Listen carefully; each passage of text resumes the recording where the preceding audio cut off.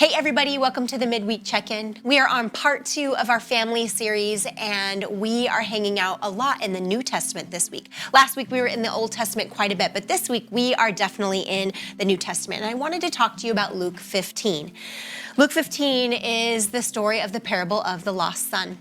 Ultimately, I don't know about you guys, but raising kids is really, really hard. I have 2 young adults right now, and they are delightful, but they are also very, very hard.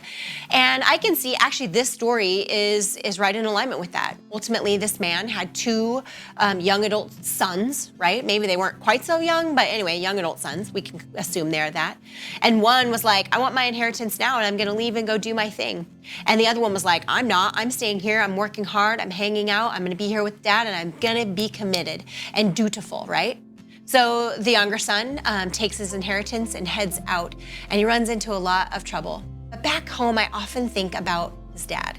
His dad was hanging out at home, wanting, desiring for this young son, the youngest son of his, to come back home, to be home with him, to be home with his family. And one of the key elements that I've been recently told, I can't remember where, must have been by one of my professors, and maybe something that I read, was this.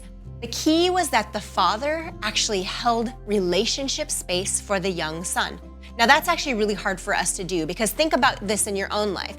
Say you have a young son and he wants to take off and leave the house, and he wants to kind of just go his own way, do his own thing, live his own life, but not really have any regard for his family unit where he kind of came from.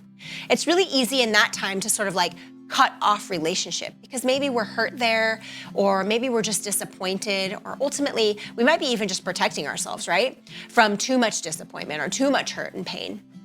Well, what happened here was that the father actually did not do that.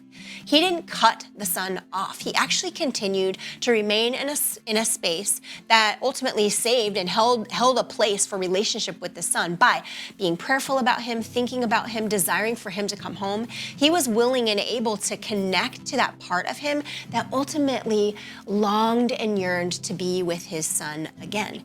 Now that's a scary, scary place to be for humans, but here's how we do it. This week we are also in Galatians, and I believe that the only way that we are able to do something like this father did in regard to his young son who went away and hold that space for relationship is through the power of the Holy Spirit, right? The fruit of the Spirit is love, joy, peace, patience, goodness, kindness, gentleness, and self-control. Ultimately, those places, those things, we can't just muster those things up for our children or for anyone else.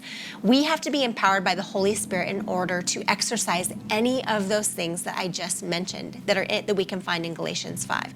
So although these stories are totally 2 different things, I'm putting them together this week when I think about the power that the father had to have had in order to hold space for this son. And I'm praying for all of you this week too, as we think about family, we continue to think about family and how we need the Holy Spirit involved in our family relationships in order to be open and willing and loving and present and self-controlled too. How many times do we want to like fly off the handle and say who knows what to our family members, right? So we need the Holy Spirit. So my prayer for you this week, you guys, is that you continue to hold space for the relationships in your life, specifically the family relationships in your life. Continue to lay those before the Lord and invite the Holy Spirit in to do a work in you, to empower you, to extend the grace and the love and the self-control and the gentleness and all the other things it takes to remain in relationship with those of us, or with our loved ones within our family members, within our family unit. That's my prayer for you, you guys, this week. Make sure you're continuing along in the reading plan. This is our guide to that. And until next time, we'll see you then. Take care.